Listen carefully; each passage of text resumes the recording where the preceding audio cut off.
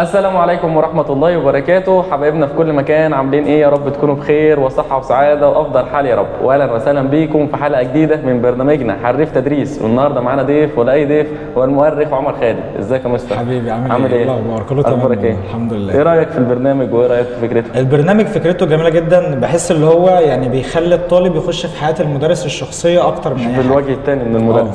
طب تعالى كده نبدأ بقى ايه من زمان لما كان أستاذ عمر لسه طفل صغير. أيام الحضانة ولا ابتدائي بقى؟ من الحضانة وابتدائي بقى. دي كانت أيام جميلة والله. أيام الحضانة والله كانت حضانة جميلة بصراحة. بقى كان في الحضانة كان اعتقد ان انا كنت حافظ جزء عام كله او يعني اجزاء في القران، ودي كانت حاجه جميله في الحضانه. لكن اول بقى ما دخلت ابتدائي بدا بقى الايه، الشقاوة تظهر. يعني الفساد الديني ظهر. الواحد طبعا ما فيش حفظ قران، بس كنت شاطر بصراحه في ابتدائي، كنت بطلع من الاوائل. انا فاكر في 6 ابتدائي دي اللي فاكرها يعني. يعني مش فاكر قوي في الصفوف الاولى. 6 كنت باين الثامن الثالث في الرينج ده، يعني اللي هو اول 10 الاوائل. يعني الشهاده موجوده ممكن نطلعها. العشر الاوائل ده ماشي. يعني كان مثلا المواد، اكتر ماده مثلا كانت صعبه بالنسبه لك كانت ايه؟ الرياضه. ابتدائي. الرياضه كانت الرياضه في ابتدائي وفي ثانوي وفي اعدادي، وهي الرياضه. ده كان بسبب مدرس يعني اللي هو عقدك فيها ولا ايه؟ لا هو بص، يعني انا الرياضه كنت بحبها والله، يعني مش بكرهها، بس كان في مشكله بيني وبينها. يعني مش مشكله مدرس، ما اعرفش هي مشكله ايه، بس انا لحد دلوقتي ما وجدتش. مفيش اندماج ما بينكم. يعني انا والرياضه ده يعني اعداء. مفيش اندماج ما بينكم، صح كده. طب ماشي. طب ساعتها بقى كان مثلا تفاصيل الاسره بقى كانت عامله ازاي؟ عندك كم اخ كم اخت كده؟ يعني انا كان عندي دلوقتي حالا عندي ولدين. طبعا باشمهندس زياد، وعندي دكتور محمد ده لسه في اولى اعدادي مطلع عنا. هم اولى اعدادي كده يعني الحمد لله. ربنا يعينه، يعني ربنا يعينه الله فيه. بس دول عندي ولدين، ربنا يبارك لك فيهم ويحفظهم يا رب. طب ماشي، في ابتدائي بقى فتره الابتدائي دي بيبقى في مصايب كتيره الواحد بيعملها. احكي لنا اكبر مصيبه بقى حصلت في ابتدائي. 100 مصايب والله، يعني لو حكيت حاجه هنتفضح. ما احنا النهارده جينا المدرس بقى. مثلا ابتدائي. طب بره المدرسه ولا جوه المدرسه؟ يعني مثلا جوه المدرسه وبره المدرسه. مش بص هو في مصيبه انا متذكرها في اعدادي. في اعدادي ده انا كنت طالب، يعني في اعدادي انا فاكر كنت في المدرسه انا رائد المدرسه. تمام، وحد بقى محترم وحد زي الفل وكل حاجه. فده لما يعمل مصيبه واي حاجه يبقى متلاحظ. فانا ما عملتش مصيبه. هو انا عادي واقف في ارض الطابور، فبما ان انا رائد المدرسه انا كنت واقف في اخر واحد. فرحت جايب اول واحد من قفاه ومرجعه ورا واقف مكانه. يشاء القدر يشاء السميع العليم، تنزل زلطه من الدور الثالث على دماغي، ودماغي تتفتح ساعتها. اشوف يعني في الثانيه شلته من الازل. في الثانيه انا شلته اصلا ووقفت مكانه. نزلت الزلطه اتفتحت دماغي ساعتها، قعدت يومين. واليوم ده طبعا كل زمايلي في اعدادي دعوا عليا، المدرسه كلها اتضربت عشان نعرف مين اللي ضربني. والله كله ضرب. ما وصلناش، كل المدرسه اتضربت في ارض الطابور. انا فاكر اليوم جت مره واحده على دماغي. نزلت زلطه كانت كبيره جدا بصراحه يعني. مش كنت سبت الواد وخلاص؟ كان وقف والله. لا شفته كان دلوقتي كان واقف. يعني دي يعتبر اكتر مصيبه حصلت لك. وفي ابتدائي برضو كان في مصايب بس على خفيف بقى. خلاص. اللي هو بلاش نقولها بقى عشان ايه خبيناها. طب احنا دخلنا اعدادي، كان برضو المستوى كان حلو ولا المستوى الدراسي كان عامل ازاي؟ لا كان في اعدادي برضو كنا من الاوائل برضو. كنت برضو يعني المستوى الحمد لله كان كويس. بفضل الله. احنا خبنا في ثانوي شويه، بس في ثالثه ظبطنا الدنيا شويه. جيت في ثالثه عوضت بقى. في ثالثه ظبطنا الدنيا. طب احنا دلوقتي ثالثه اعدادي خلاص نتيجتها ظهرت، مثلا دخلنا ثانويه عامه. ماشي، دخلت ثانويه عامه بقى، كان قدامك علمي ادبي وكده. بص انا في اولى يعني زي اي طالب طبعا، وبوجه الرساله دي للطلاب بالذات وطلاب اولى ثانوي يركزوا معانا. قلت لكم النهارده يعني في اليوم بتاع التصوير في يوم الحصه انا اتكلمت معاكم على الجزئيه دي. قلت له ما تمشيش ورا دماغ صاحبك. امشي ورا دماغك. ليه؟ هقول لك تجربتي. انا كنت في اولى ثانوي شاطر جدا في المواد الادبيه. تمام. انا كان عندي على فكره النظام القديم شويه، اللي هو ايه، كنت باخد ترم فيزياء وجغرافيا وفلسفه، وتاخد والترم الثاني تاريخ وكيمياء واحياء.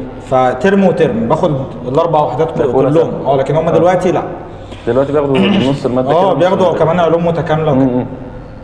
فخلاص خلصت اولى، وزي اي حد جات لي الاستماره مش عارف ادبي ولا علمي. صاحبي قال لي علمي. تمام. يا عم علمي ايه، احنا مش اقوياء في علمي. لا علمي. وصاحبي ده كان من الناس اللي هي كعب كوبايه بقى وقلم سنون، فاهم والكلام ده. فالمهم المحدثين دول ده يا باشا اينشتاين الفيزياء بتاعنا. دخلنا تانية، انا قلت بقى اعمل ايه ونصحتهم بكده، تعال نجرب يعني انا معايا لحد اول 10 ينفع تحول. فبروح المدرسين احضر اشوف نفسي في المواد العلميه ولا في المواد الادبيه اللي انفع فيها اكمل فيها. قعدت الاسبوعين دول احضر مواد ادبيه ومواد علميه. بدات بالمواد العلميه، حضرت الفيزياء، قاعد اول واحد، سايب كل الطلبه، سايب صحابي، قاعد قصاد المستر، شغال ماسك القلم الكشكول بكتب بسجل وراه. الحصه اللي بعدها امتحان حصه. ده كده بالنسبه للمواد العلميه. جبت كام بقى؟ كام؟ 2 في اول امتحان حصه. 2 من 10. 2 من 20. من 20 كمان. قلت اكيد العيب في الفيزياء. عادي بقى الفيزياء ما مش مهم، اجرب كيمياء. طب ماشي. جبت يا باشا نص من 20. ففي كده غلط فيا انا بقى، كده العيب عندي. اكيد العيب مش في الفيزياء ولا رحت رايح بقى مجرب المواد الادبيه بفضل الله الحمد لله، يعني جبت درجات حلوه فيها وحاولت. فساعتها قررت ادبي من هنا. طبعا. بس انت في الاول خالص فانا بنصحهم ما يمشوش ورا، امشي بدماغك. امشي بدماغك عشان مش انت في ثواني. طب الاسره كان لها دور في الموضوع اللي هو الاختيار؟ في ادبي وعلمي لا. يعني هم كانوا سيبينك براحتك، اختار زي ما انت عاوز. بصراحه قال لك انت اللي هتحدد. تمام. طب كان المستوى بقى كان عامل ازاي ساعتها في ثانوي؟ في تانية ماشي كان كويس. في تالتة بقى الواحد عارف انت، في الترم الاول في تالتة كان عندي بلاي ستيشن كتير، لعب بقى وسهر وقعده مع الصحاب و لحد ما جه شهر 2 كده بدات اشد بقى. تمام. جبت حاجه و90 مش فاكر كام بالظبط، 92 في تالتة. فجت بقى كنت نفسي اخش ألسن بصراحه. تمام. فوقفت معايا 2% حاجه زي كده. فطبعا ما لحقتش اخشها ودخلت اداء. اللي كتب التنسيق بقى مش انا. استنى احنا لسه هنيجي لحته التنسيق دلوقتي. طب ماشي. طب انت دلوقتي مثلا في ثالثه ثانوي كان شعورك بقى ايه وانت رايح اول امتحان؟ اول امتحان كان اول امتحان عربي. كان عندي العربي اول امتحان بصراحه، وكان شعور توتر غالب طبعا. والطلبه كلها كانت حاسه بالوقت ده، واكيد انت برضه حسيت. أيوة كل حد اي حد عدى من ثانويه عامه كان في توتر في اول امتحان ده شديد جدا يعني. يعني اتذكر ان اول ربع ساعه من التوتر ما كنتش قادر احل. لحد ما هو في توتر اصلا بيخلي الطلبه ما تعرفش تحل حاجه خالص. تمام. يعني انت كده اول امتحان ثانويه عامه كان في شويه توتر. انت اتغلبت على ده ازاي اول ما دخلت الامتحان؟ لا انا ما اتغلبتش. هو اللي اتغلب عليا. لا بصراحه يعني اللي هو بعد ربع ساعه اللي هو بيني وبين نفسي كده قلت لا لازم اركز ولازم اشتغل. انا تعبت طول السنه في المذاكره، لازم مش 3 ساعات هم اللي هيضيعوا المجهود بتاع كله بقى. طب اخر امتحان ثانويه عامه بقى؟ لا ده انت عارف بقى اللي هو مبدا الماده الاخيره ما تتذاكرش. انت خلاص انت مش قادر تذاكرها ليله الامتحان. افراج خدت افراج، مش قادر تذاكرها ليله الامتحان. طب ماشي. طب اكتر ماده جبت يعني اعلى درجه جبتها في ايه في ثانويه عامه في المواد؟ في ثالثه كان التاريخ. التاريخ اللي هو تخصصك. بس على طول تخصصك. طب ماشي. طب خلصنا امتحانات ثانويه عامه، بعد كده دخلنا بقى للنتيجه. ماشي. ميعاد ظهور النتيجه ده بقى كان احداث. اليوم ده عند كل طالب مصري بيبقى غريب يعني. طبعا الاحداث كانت مختلفه والنتيجه كانت احداثها مختلفه والله. يعني انا اتذكر ان انا قعدت اخش على الموقع، ممكن اخش موسوعه جينيس للدخول على الموقع. دخلت كتير جدا وما فتحش. في الاخر يعني خالتي هي اللي جابتها لي والحمد لله ربنا كرمني يعني بفضل الله. بس كان في فرحه ساعتها بقى. الحمد لله. طب الحمد لله. طب كان رد فعل الاسره برضه؟ انا كنت حزين يعني كنت عايز اخش اعلى من ده. بس الحمد لله يعني ربنا دايما اللي بيكون كاتبه هو افضل شيء. طب الحمد لله. رد فعل الاسره كان كويس على النتيجه صح كده؟ بصراحه يعني ما عملوش حاجه اللي هو غريبه، اللي هو فرحوا وزعلوا شويه وكده. طب ماشي. طب خلصنا ثانويه عامه، النتيجه طلعت خلاص، نيجي مرحله التنسيق. التنسيق ده بقى ساعتها كنت بترتب افكارك ازاي ولا عملت ايه؟ انا بصراحه بعد ما راح اللي هو الحلم اللي انا كنت عايزه، والدي هو كان نفسه ان انا اطلع مدرس. تمام. فقال لك خش اداب. وهو اللي اختار وكتبنا التنسيق ساعتها عند واحد صاحبي. حطيت اداب. حطينا اداب اول حاجه وجت اداب. بس فقلت دخلنا اداب. والتنسيق الداخلي جه برضه. كتبت اسباني. انت كنت عايز لغات كده عشان ألسن. بس جت التاريخ. بس يعني هي نصيب. الحمد لله نصيبك. طب ماشي. اول يوم في الكليه بقى كان عامل ازاي؟ اول يوم ده تحس ان انت داخل اول يوم ده انت بتخش الدفعه بتاعت سنه رابعه وقت تستلمك. اوعى تسال يعني اي طالب دلوقتي انت داخل اولى اوعى تسال. يعني السنه الجايه طلاب ثالثه طبعا ثالث ثانوي اللي معايا اوعى اول ما تخش اول يوم تسال اي حد. خش توب.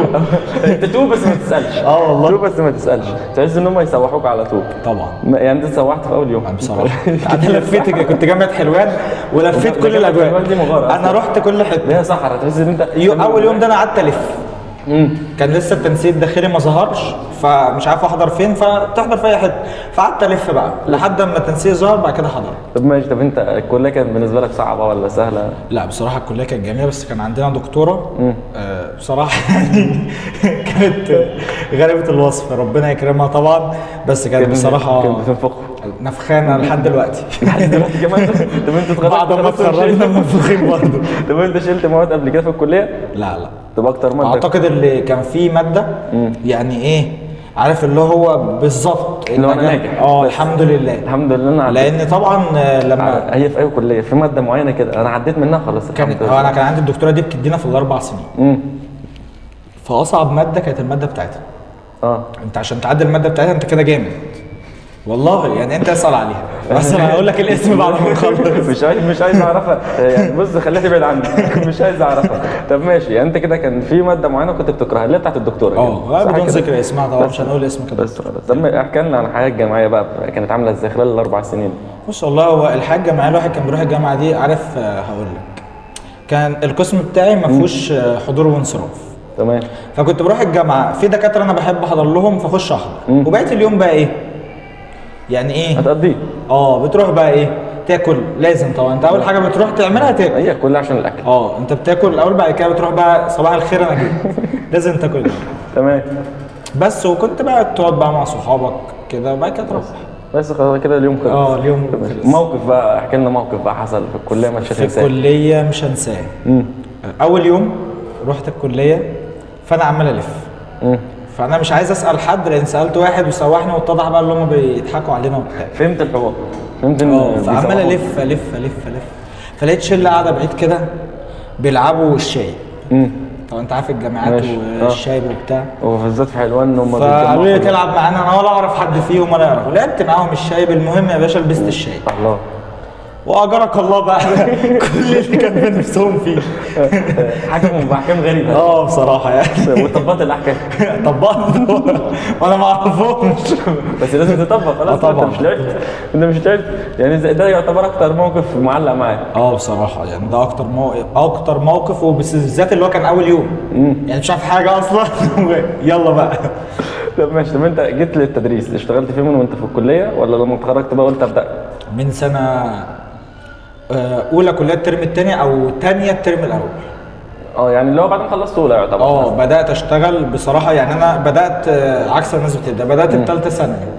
هتقول لي ازاي؟ بدات بالقمه. انا اول حاجه شرحتها شروش ثالثه ثانوي. الله اكبر. فهو انا عملت كده، بدات ثالثه، بعد كده ما كله يقول لك ازاي انت بتبدا بالكبير بعد كده للصغير. المفروض العكس، لكن انا بدات اصلا انت اسهل ناس تشرح لهم بالكبار.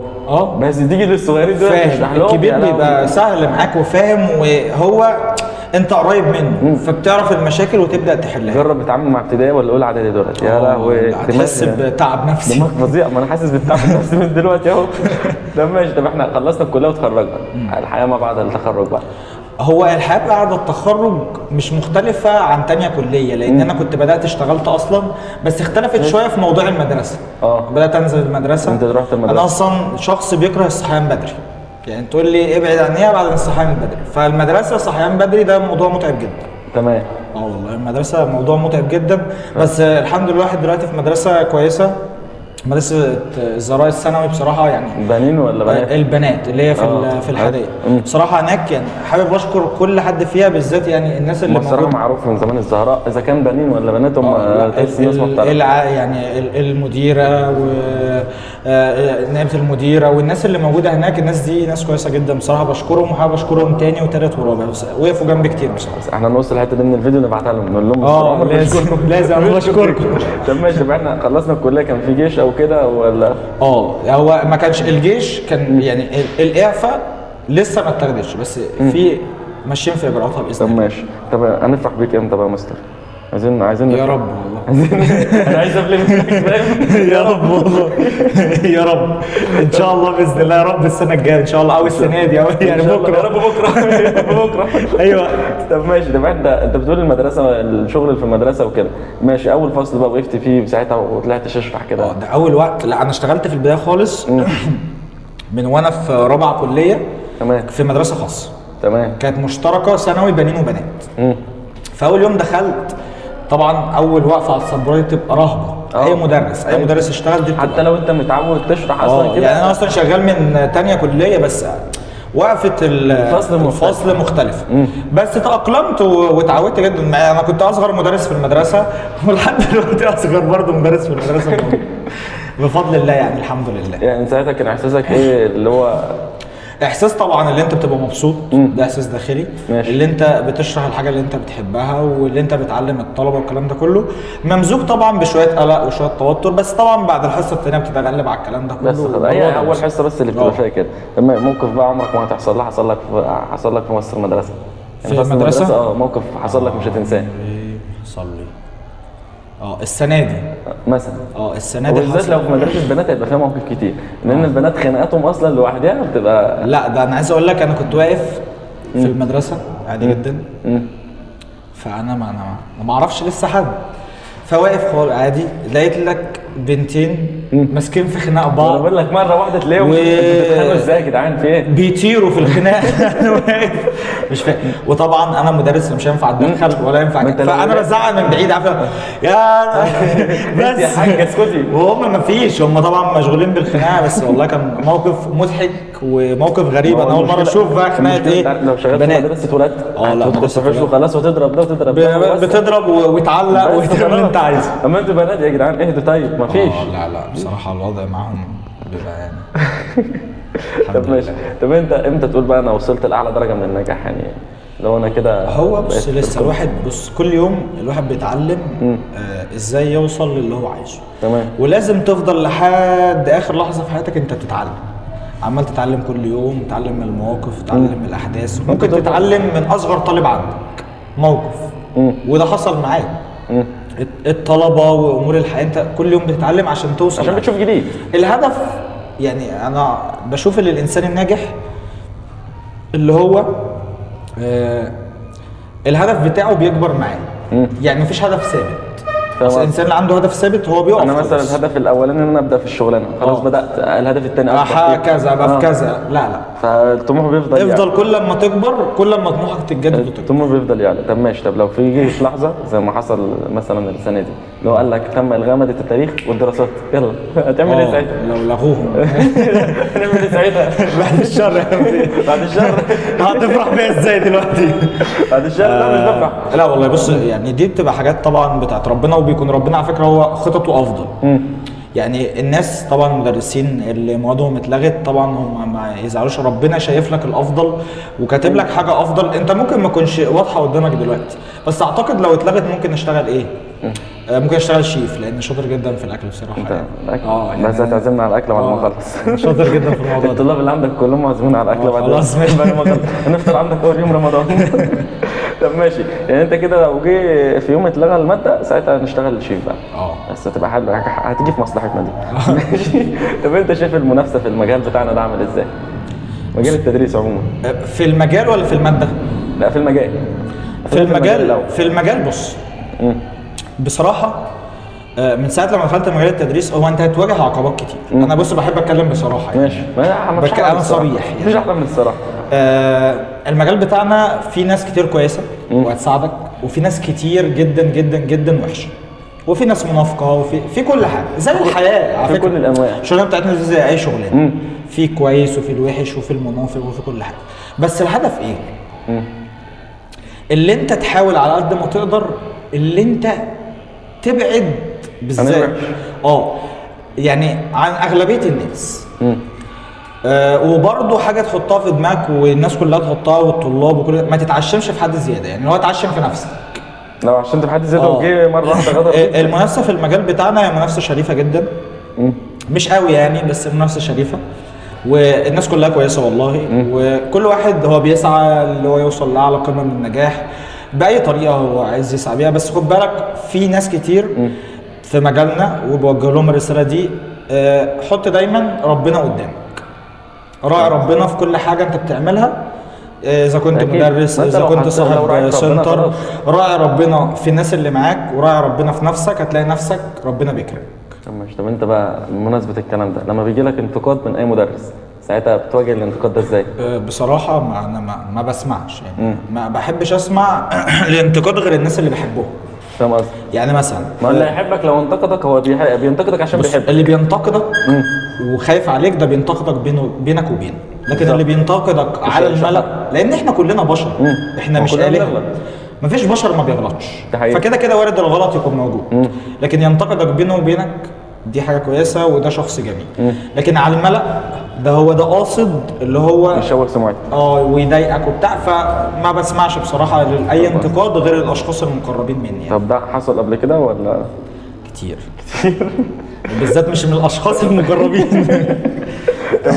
طب انت اكتر حاجه شايفها حلوه في المهنه دي التدريس عموما؟ حب الطلبه. حب الطلبه، ان انت بصراحة. لما تلاقي طالب جاي لك تفعله حب كده بصراحه. والترند اللي فات بتاع المدرسين ده كان جميل بصراحه، كان كويس في كل الحالات. بصراحه الوزن زاد.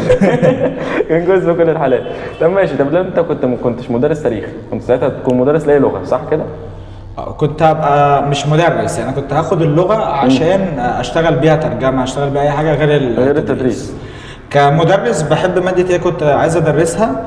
انت هتحس بغرابه، نفسي ادرس رياضه مع اني كنت بكرهها. هتقول لي مش عارف ازاي طيب. مش عارف انت كنت عايز تدرس رياضه يعني تتغلب عليها كده بقى. والله انا فاهمك بقى، تعالي انا بقيت مدرس فطبيعي هفهمك، تعالى افهمك. لو ما كنتش مدرس بقى اصلا شيف برضه. شيف بقى يعني احنا كده اتاكدنا ان الاكل هيبقى حلو.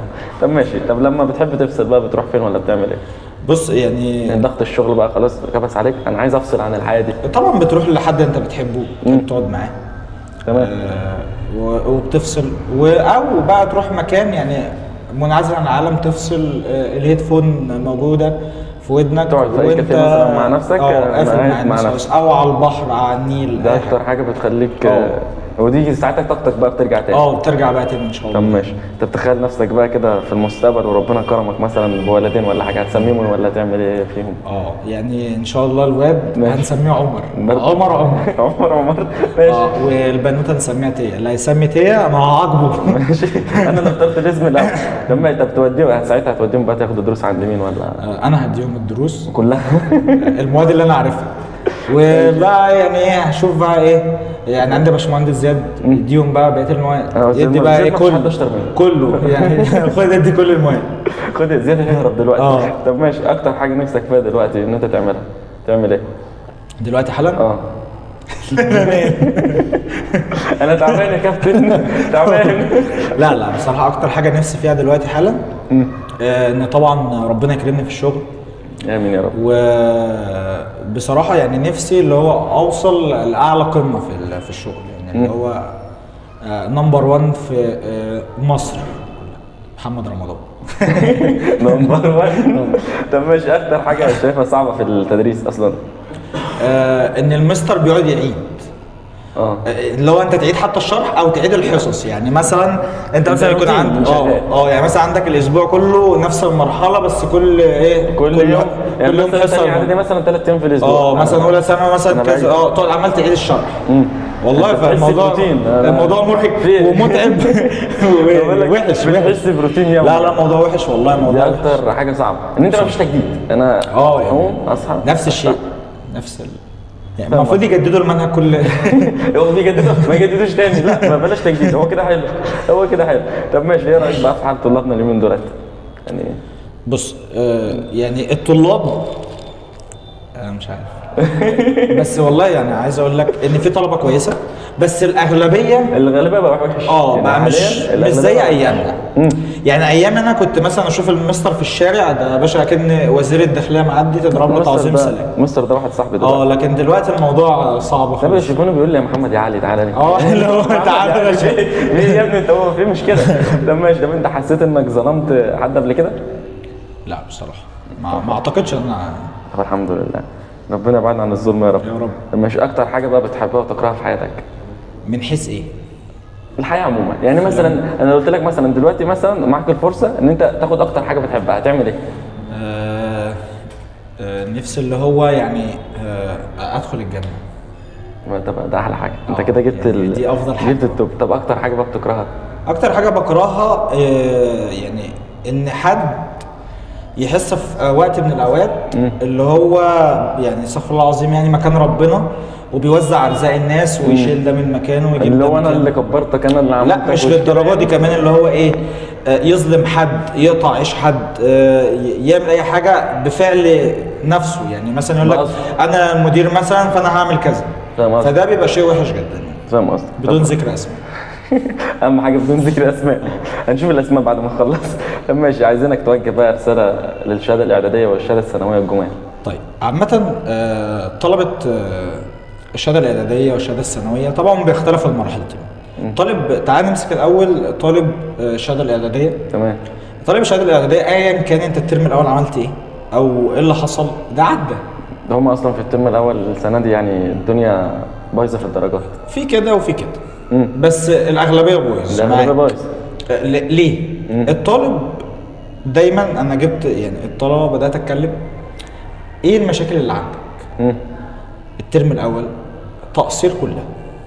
ايوه، ما هو الطالب بيأثر، فلازم الطالب ياخد ايه، انت قصرت، فالترم الثاني انت لازم بقى تعوض الدبل او التريبل. اتعب اكتر، كل ما تتعب اكتر هتلاقي. دي حقيقة. الشهاده الثانويه بقى طالما احنا شغالين معاهم بكل ما نقدر، لكن بوجه له رساله اللي هو اوعى في وقت من الاوقات تفقد شغفك او تستسلم. لازم لاخر نفس في حياتك تفضل تتعب. افضل يعني قبل الامتحان بدقيقه اتعب. طول ما في وقت، عارف كده زي ما بقول لك ايه، الامتحان مش بكره لسه بدري، اتعب. لازم والله تقعد تتعب، ولازم يعني ما ترفعش الرايه البيضاء وتستسلم والكلام ده، لا، عشان ما تجيش تندم بعد. لسه قدامك الوقت طويل. احنا لسه في شهر 2، ياما ناس بدات من شهر 2 وجابت درجات عاليه. انا بدات من شهر 2 مذاكره وجبت 90 او 91. الحمد لله. فلسه قدامك وقت. بس طالما في وقت خلاص، حتى لو يوم. احنا كده وصلنا المفروض لاخر سؤال. احنا مش عايزين الحلقه دي تخلص. مش عايزين الحلقه دي تخلص. انا كده المفروض وصلنا لاخر سؤال. انت لو في اي حاجه عايز تقولها بقى للناس او اي لطلابك بقى. طبعا يعني الموضوع بتاع ادبي وعلمي هم بيسالوني فيه كتير. دي طلاب اولى ثانوي. طلاب اولى ثانوي، يا مستر ادبي ولا علمي؟ طب نعمل ايه؟ طب المواد بقت ايه؟ طب ايه نظام البكالوريا؟ طب ما هو لغايه دلوقتي اصلا ما فيش حد يعرف. ما فيش بكالوريا لحد دلوقتي. النظام معروف لكن لسه لحد دلوقتي ما اتطبقش. ادبي او علمي، طيب انت قدرتك ايه؟ طب دلوقتي علمي، مفيش علم رياضه ولا علم علوم في تانية. تمام. انت بتاخد ال10 مواد باكج على بعض. باكج كامل. لكن في ادبي انت بتاخد بتاع 5-6 مواد. تمام. دي على حسب قدرتك في المذاكره. طب انت هتخش تالتة السنه دي والسنه الجايه واللي بعديها هياخد ايه لو مفيش بكالوريا يعني؟ في ادبي هياخد 5 مواد. علم هياخد 8 في علم رياضه اعتقد، و7 في علم علوم. فانت شوف ايه الافضل وايه سوق العمل محتاجه واللي انت مرتاح له اكتر. بس ما تمشيش ورا دماغ حد. بس احنا اتعلمنا بقى، قلنا ما نمشيش ورا دماغ حد. ماشي، احنا كده الحمد لله وصلنا لاخر سؤال. والله كانت حلقه جميله وان شاء الله تعجبهم. ماشي، الله يخليك. كده الحمد لله وصلنا لاخر حلقتنا النهارده. انتظرونا في حلقات جديده، ويلا نشوفكم دايما على خير، والسلام عليكم ورحمه الله وبركاته.